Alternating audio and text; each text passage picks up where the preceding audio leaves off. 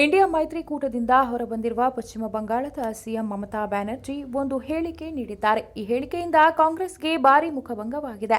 ಪಶ್ಚಿಮ ಬಂಗಾಳದಲ್ಲಿ ಸೀಟು ಹಂಚಿಕೆ ಕುರಿತು ಇಂಡಿಯಾ ಮೈತ್ರಿಕೂಟದ ಮಿತ್ರ ಪಕ್ಷಗಳಾದ ತೃಣಮೂಲ ಕಾಂಗ್ರೆಸ್ ಮತ್ತು ಕಾಂಗ್ರೆಸ್ ನಡುವಿನ ಜಟಾಪಟಿ ಮುಂದುವರೆದಿದ್ದು, ಕಾಂಗ್ರೆಸ್ ಪಕ್ಷಕ್ಕೆ ಒಂದೇ ಒಂದು ಸ್ಥಾನವನ್ನು ನೀಡುವುದಿಲ್ಲ ಎಂದು ಪಶ್ಚಿಮ ಬಂಗಾಳ ಮುಖ್ಯಮಂತ್ರಿ ಮಮತಾ ಬ್ಯಾನರ್ಜಿ ಅವರು ಪುನರುಚ್ಚರಿಸಿದ್ದಾರೆ.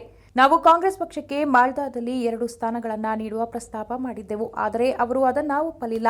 ಈಗ ಅವರಿಗೆ ರಾಜ್ಯದಲ್ಲಿ ಒಂದೇ ಒಂದು ಸ್ಥಾನವನ್ನು ಬಿಟ್ಟುಕೊಡುವುದಿಲ್ಲ ಎಂದು ಮಮತಾ ಬ್ಯಾನರ್ಜಿ ಹೇಳಿದ್ದಾರೆ. ಈ ಹೇಳಿಕೆ ಕಾಂಗ್ರೆಸ್ನಲ್ಲಿ ಸಂಚಲನವನ್ನು ಸೃಷ್ಟಿ ಮಾಡಿದೆ.